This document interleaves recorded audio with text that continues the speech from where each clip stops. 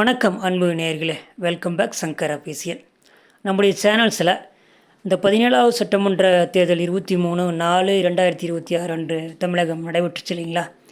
அது சம்மந்தமாக ஒரு மாதத்திற்கு முன்னரே ஒரு கருத்து கணிப்புக்காக ஒரு போலிங் நம்ம போஸ்ட் பண்ணியிருந்தோம்.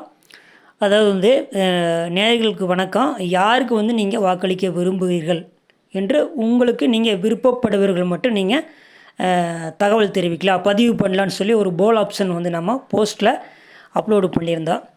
அதில் பார்த்திங்கன்னா நம்ம சேனல்ஸில் ஒரு 3500க்கு மேலே சப்ஸ்கிரைபர் இருக்கக்கூடிய நேயர்களில் ஒரு ஒரு சொற்ப அளவு ஒரு 163 நபர்கள் மட்டும்தான் அந்த போலை பதிவு பண்ணியிருந்தாங்க. அதில் பார்த்திங்கன்னா தமிழக வெற்றி கழகத்துக்கு 65% அதில் கிடச்சிருக்கு. நீங்கள் 163 நபர்கள் போல் பண்ணதில் அடுத்தது திராவிட முன்னேற்ற கழகம் 21%, அடுத்தது அஇஅதிமுக, அடுத்தது நாம் தமிழர் கட்சின்னு சொல்லி அந்த வாக்கு சதவீதம் நம்மளுக்கு போலிங்கில் ரிசல்ட் காட்டியிருந்துச்சு. ஸோ அது விருப்பப்பட்டு போல் பண்ணி நம்ம சேனல்ஸுக்கு ஒரு கருத்து கணிப்புக்காக ஆதரவு கொடுத்து அந்த 163 நபர்களுக்கு முதலில் நன்றியை தெரிவித்துக் கொள்கின்றேன். அடுத்தது பார்த்திங்கன்னா நம்ம 17வது சட்டமன்ற நம்முடைய தமிழக வெற்றி கழகத்தினுடைய தலைவர் திரு மாண்புமிகு ஜோசப் தலைமையிலான ஒரு சமூக அமைச்சரவை ஏற்படுத்தியிருக்கிறார்.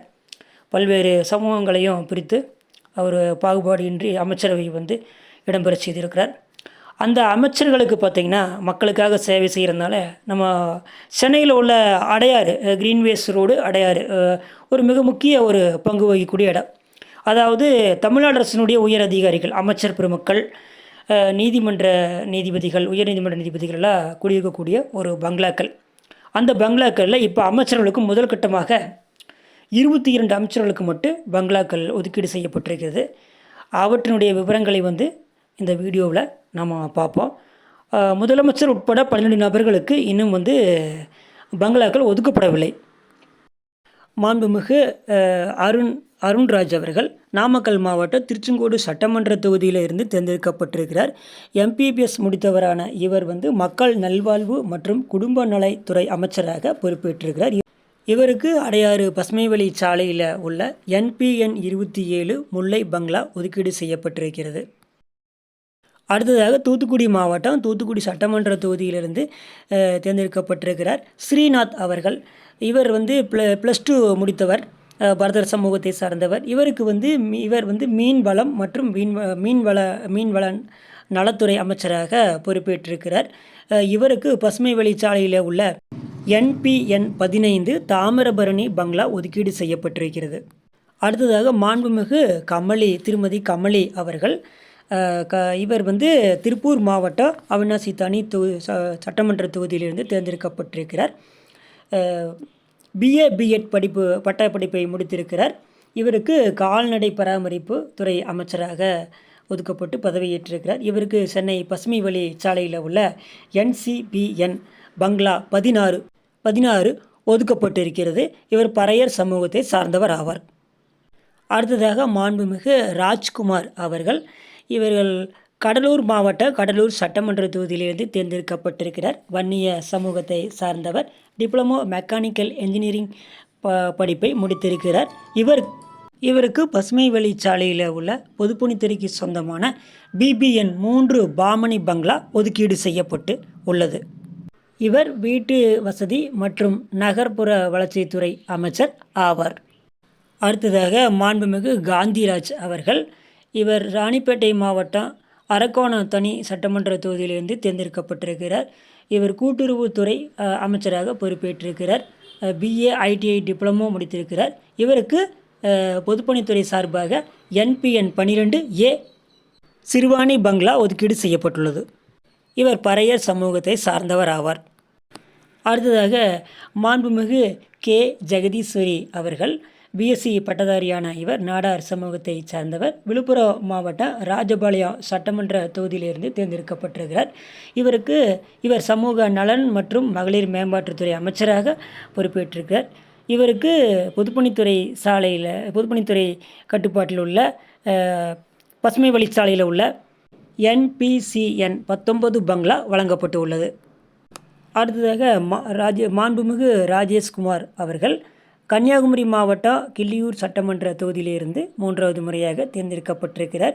MABL சட்டம் பயின்றிருக்கிறார். இவருக்கு பொதுப்பணித்துறைக்கு சொந்தமான பசுமை வழிச்சாலையில் உள்ள NPN 37 பங்களா ஒதுக்கீடு செய்யப்பட்டிருக்கிறது. இவர் சுற்றுலாத்துறை அமைச்சராக பொறுப்பேற்றிருக்கிறார் என்பது குறிப்பிடத்தக்கது. அடுத்ததாக மாண்புமிகு விஜய் பாலாஜி அவர்கள் ஈரோடு மாவட்டம் ஈரோடு கிழக்கு தொகுதி சட்டமன்ற தொகுதியில் இருந்து தேர்ந்தெடுக்கப்பட்டிருக்கிறார். நாயுடு சமூகத்தை சார்ந்தவரான இவர் பிகாம் வணிகவியல் பட்டம் பெற்றவராக இருக்கின்றார். இவருக்கு பொதுப்பணித்துறைக்கு சொந்தமான பசுமை வழிச்சாலையில் உள்ள NPCN 17 பங்களா ஒதுக்கீடு செய்யப்பட்டுள்ளது. இவர் கைத்தறி, துணி, நூல் மற்றும் ஜவுளித்துறை அமைச்சராக பொறுப்பேற்றிருக்கிறார் என்பது குறிப்பிடத்தக்கது. அடுத்ததாக விஜய் தமிழன் பார்த்திபன் அவர்கள் போக்குவரத்து துறை அமைச்சராக பொறுப்பேற்றிருக்கிறார். இவர் சேலம் மாவட்டம் சேலம் தெற்கு சட்டமன்ற தொகுதியில் இருந்து தேர்ந்தெடுக்கப்பட்டிருக்கிறார். +2 முடித்திருக்கிறார். மொபைல் டீலராக கடை வைத்திருக்கிறார். சோழிய வேளாளர் சமூகத்தை சார்ந்தவர் ஆவார். இவருக்கு பொதுப்பணித்துறைக்கு சொந்தமான பசுமை வழி சாலையில் உள்ள NPN 11 ரோஜா பங்களா ஒதுக்கீடு செய்யப்பட்டுள்ளது. அடுத்ததாக மாண்புமிகு ரமேஷ் அவர்கள் திருச்சி மாவட்டம் ஸ்ரீரங்கம் சட்டமன்ற தொகுதியிலிருந்து தேர்ந்தெடுக்கப்பட்டிருக்கிறார். இவர் BE பட்டதாரியான இவருக்கு இந்து சமய அறநிலைத்துறை அமைச்சர் வழங்கப்பட்டிருக்கிறது. துறை அமைச்சராக பொறுப்பேற்றிருக்கிறார். இவருக்கு பசுமை வழி சாலையில் உள்ள பொதுப்பணித்துறைக்கு சொந்தமான NCPN 15 பங்களா ஒதுக்கீடு செய்யப்பட்டுள்ளது. இவர் பிராமணர் வகுப்பை சார்ந்தவர் ஆவார் என்பது குறிப்பிடத்தக்கது. அடுத்ததாக மாண்புமிகு விஸ்வநாதன் அவர்கள் மதுரை மாவட்டம் மேலூர் சட்டமன்ற தொகுதியிலிருந்து தேர்ந்தெடுக்கப்பட்டிருக்கிறார். BA பட்டதாரியான இவர் பறையர் சமூகத்தை சார்ந்தவர் ஆவார். இவருக்கு சென்னை பசுமை வழி சாலையில் உள்ள பொதுப்பணித்துறைக்கு சொந்தமான NCPN 12 பங்களா ஒதுக்கீடு செய்யப்பட்டுள்ளது. அடுத்ததாக மாண்புமிகு R. குமார் அவர்கள் சென்னை வேளச்சேரி சட்டமன்ற தொகுதியிலிருந்து தேர்ந்தெடுக்கப்பட்டிருக்கிறார். BE சிவில் இன்ஜினியரிங் முடித்திருக்கிறார் மற்றும் பெங்களூரு IIMயில் பிஸ்னஸ் லீடர்ஷிப் படிப்பையும் முடித்திருக்கின்றார். இவர் செயற்கை நுண்ணறிவு மற்றும் நவீன சேவைகள் துறை அமைச்சராக பொறுப்பேற்றிருக்கிறார். இவருக்கு பொதுப்பணித்துறைக்கு சொந்தமான பசுமை வழிச்சாலையில் உள்ள அன்பு பங்களா ஒதுக்கீடு செய்யப்பட்டுள்ளது. இவர் பரதவர் சமூகத்தை சார்ந்தவர் ஆவார் என்பது குறிப்பிடத்தக்கது. அடுத்ததாக மாண்புமிகு K. தென்னரசு அவர்கள் வெளிநாடு வாழ் தமிழர்கள் நலத்துறை அமைச்சராக பொறுப்பேற்றிருக்கிறார். இவர் காஞ்சிபுரம் மாவட்ட ஸ்ரீபெரும்புத்தூர் சட்டமன்ற தொகுதியிலிருந்து தேர்ந்தெடுக்கப்பட்டவர் ஆவார். இவர் பறையர் சமூகத்தை சார்ந்தவராக என்பது குறிப்பிடத்தக்கது.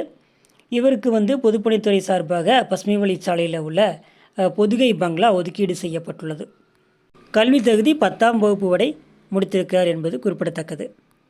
அடுத்ததாக மாண்புமிகு V. சம்பத்குமார் அவர்கள் கோவை வடக்கு சட்டமன்ற தொகுதியிலிருந்து தேர்ந்தெடுக்கப்பட்டிருக்கிறார். MBA பட்டதாரியான இவர் செட்டியார் சமூகத்தை சேர்ந்தவர் ஆவார். இவர் பாரதிய ஜனதாவினுடைய தேசிய மகளிர் அணியுடைய தலைவர் வானதி சீனிவாசன் அவர்களை வீழ்த்தி வெற்றி பெற்றுள்ளார் என்பது குறிப்பிடத்தக்கது. இவருக்கு பொதுப்பணித்துறை சார்பாக சென்னை பசுமை வழிச்சாலையில் உள்ள NPCN 18 பங்களா ஒதுக்கீடு செய்யப்பட்டுள்ளது. அடுத்ததாக மாண்புமிகு முகமது பர்வேஸ் அவர்கள் தொழிலாளர் நலன் மற்றும் திறன் மேம்பாட்டுத்துறை அமைச்சராக பொறுப்பேற்றிருக்கிறார். இவர் புதுக்கோட்டை மாவட்ட அறந்தாங்கி சட்டமன்ற தொகுதியிலிருந்து தேர்ந்தெடுக்கப்பட்டிருக்கிறார். அச்சுத்தொழில் நடத்தி வந்திருக்கிறார் மற்றும் BA LLB பயின்றவர். இவருக்கு பொதுப்பணித்துறை சார்பாக சென்னை கிரீன்வேஸ் சாலையில் உள்ள NPN 24 மனோரஞ்சிதம் பங்களா ஒதுக்கீடு செய்யப்பட்டுள்ளது. இஸ்லாமிய சமூகத்தை சார்ந்தவர் என்பது குறிப்பிடத்தக்கது. அடுத்ததாக மாண்புமிகு மரிய வில்சன் அவர்கள் சென்னை RK நகர் சட்டமன்ற தொகுதியிலிருந்து தேர்ந்தெடுக்கப்பட்டிருக்கிறார். நிதி திட்டம் மற்றும் வளர்ச்சித்துறை அமைச்சராக பொறுப்பேற்றிருக்கிறார். BTech MBA PhD பட்டங்களை பெற்றிருக்கிறார். இவருக்கு பொதுப்பணித்துறைக்கு சொந்தமான சென்னை பசுமை வழிச்சாலையில் உள்ள NPCN 7A பங்களா ஒதுக்கீடு செய்யப்பட்டுள்ளது. இவர் பரதவர் சமூகத்தை சார்ந்தவர் என்பது குறிப்பிடத்தக்கது. அடுத்ததாக மாண்புமிகு விக்னேஷ் அவர்கள் கோவை மாவட்ட கிணத்தூர் சட்டமன்ற தொகுதியிலிருந்து தேர்ந்தெடுக்கப்பட்டிருக்கிறார். BSc கம்ப்யூட்டர் சயின்ஸ் படித்த இவர் மதுவிலக்கு மற்றும் ஆயத்தீர்வைத்துறை அமைச்சராக பொறுப்பேற்றிருக்கிறார். இவர் முக்குளத்தோர் சமூகத்தை சார்ந்தவர் ஆவார். இவருக்கு பொதுப்பணித்துறை சார்பாக பசுமை வழிச்சாலையில் உள்ள BBN 1 பங்களா வந்து வழங்கப்பட்டிருக்கிறது என்பது குறிப்பிடத்தக்கது.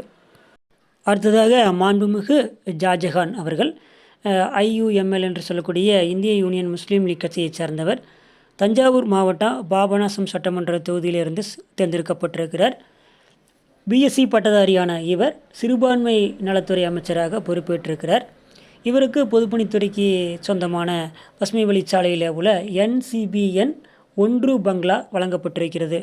இவர் இஸ்லாமிய சமூகத்தை சார்ந்தவர் என்பதும் குறிப்பிடத்தக்கது. அடுத்ததாக வன்னியரசு விடுதலை சிறுத்தைகள் கட்சியினை சார்ந்தவர். விழுப்புரம் மாவட்டம் திண்டிவனம் சட்டமன்ற தொகுதியிலிருந்து தேர்ந்தெடுக்கப்பட்டிருக்கிறார். 12ஆம் வகுப்பு தேர்ச்சி பெற்றவர். பறையர் சமூகத்தை சார்ந்தவர். சமூக அநீதித்துறை அமைச்சராக பொறுப்பேற்றிருக்கிறார். இவருக்கு பசுமை வழிச்சாலையில் உள்ள பொதுப்பணித்துறைக்கு சொந்தமான NPN 6 சாமந்தி பங்களா ஒதுக்கீடு செய்யப்பட்டிருக்கிறது. அடுத்ததாக மாண்புமிகு விஜயலட்சுமி அவர்கள் பால் மற்றும் பால்வள மேம்பாட்டுத்துறை அமைச்சராக பொறுப்பேற்றிருக்கிறார். நாமக்கல் மாவட்டம் குமாரபாளையம் சட்டமன்ற தொகுதியிலிருந்து தேர்ந்தெடுக்கப்பட்டிருக்கிறார். 12ஆம் வகுப்பு தேர்ச்சி பெற்றிருக்கிறார். இவருக்கு பொதுப்பணித்துறைக்கு சொந்தமான பசுமை வழிச்சாலையில் உள்ள NCPN 7 பங்களா ஒதுக்கீடு செய்யப்பட்டிருக்கிறது. இவர் கொங்கு வேளாளர் கவுண்டர் சமூகத்தை சார்ந்தவர் என்பது குறிப்பிடத்தக்கது. அடுத்ததாக மாண்புமிகு லோகேஷ் தமிழ்ச்செல்வன் அவர்கள் நாமக்கல் மாவட்டம் ராசிபுரம் சட்டமன்ற தொகுதியிலிருந்து தேர்ந்தெடுக்கப்பட்டிருக்கிறார். BCom MBA பட்ட படிப்பை முடித்த இவர் வணிக வரி மற்றும் பத்திரப்பதிவுத்துறை அமைச்சராக பொறுப்பேற்றிருக்கிறார். இவர் முன்னாள் சபாநாயகர் நம்ம தமிழ்நாடு சட்டமன்றத்துடைய சபாநாயகர் தனபால் அவர்களுடைய மகன் ஆவார் என்பது குறிப்பிடத்தக்கது. இவருக்கு பொதுப்பணித்துறைக்கு சொந்தமான பசுமை வழிச்சாலையில் உள்ள NPN 36 பங்களா ஒதுக்கீடு செய்யப்பட்டிருக்கிறது. இவர் அருந்ததியர் சமூகத்தை சார்ந்தவர் என்பதையும் குறிப்பிடத்தக்கது. அடுத்ததாக மாண்புமிகு வினோத் அவர்கள் தஞ்சாவூர் மாவட்ட கும்பகோணம் சட்டமன்ற தொகுதியிலிருந்து தேர்ந்தெடுக்கப்பட்டிருக்கிறார். வன்னியர் சமூகத்தை சார்ந்தவராக இவர் இருக்கிறார். BA டிஸ்கண்டினியூ செய்திருக்கிறார்.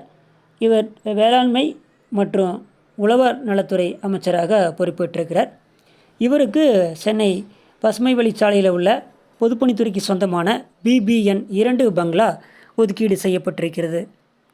நன்றி நேயர்களே. இந்த வீடியோ உங்களுக்கு பிடிச்சிருந்துச்சுன்னா அப்படியே நம்ம சேனலை மறக்காமல் சப்ஸ்கிரைப் பண்ணாத நபர்கள் வந்து பெல் ஐக்கானை ப்ரெஸ் பண்ணி ஆல் மெத்தடை சூஸ் பண்ணி நீங்கள் சப்ஸ்கிரைப் பண்ணிக்கலாம்.